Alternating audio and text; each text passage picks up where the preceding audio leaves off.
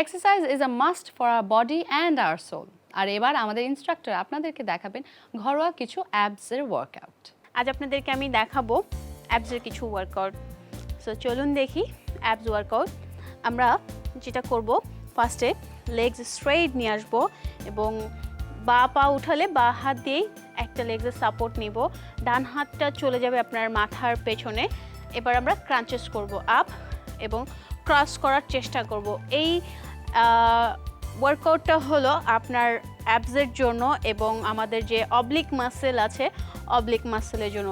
এক কথায় বলা যায় আমাদের ফুল অ্যাবসটাই কাজ করে। এটা আমরা 3টা সেট করে করব। এবার লেগ চেঞ্জ করব, ঠিক সেম করে অপোজিট সাইড ক্রস করার চেষ্টা করব।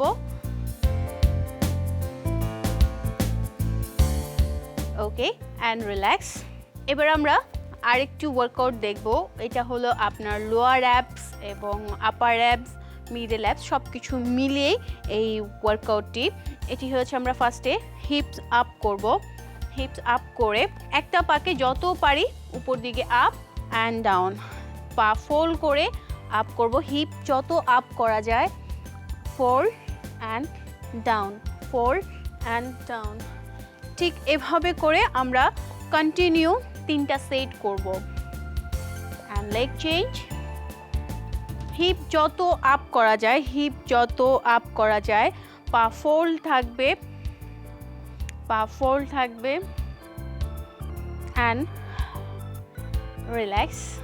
এখন আমরা আরেকটি ওয়ার্কআউট দেখব। এটা হলো আমাদের আপার অ্যাবসের জন্য। লেগস ফোল্ড করে নিয়ে আসবো, দু পার একটার উপরে আরেকটা নিয়ে আসবো।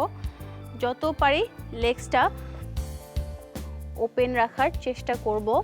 মাথার নিচে হাত থাকবে, জাস্ট স্ট্রেইট করে আপ, লুকস আপ রাখবো, সিলিংয়ের দিকে লুকস রাখবো।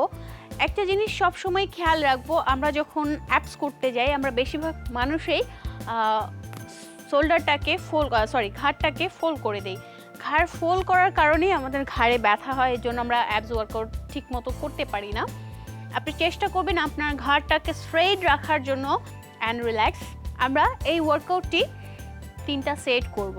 আমরা যদি এই ওয়ার্কআউটগুলো রেগুলার করি তাহলে আমরা নিজেকে খুব সুন্দর একটি ফিগার দিতে নিজেকেই গিফট করতে পারবো। সো আশা রাখছি আপনি এই অ্যাবস ওয়ার্কআউটগুলো রেগুলার প্র্যাকটিস করবেন এবং আপনি আপনার নিজেকে সুন্দর একটি ফিগার নিজেকেই উপহার দিবেন।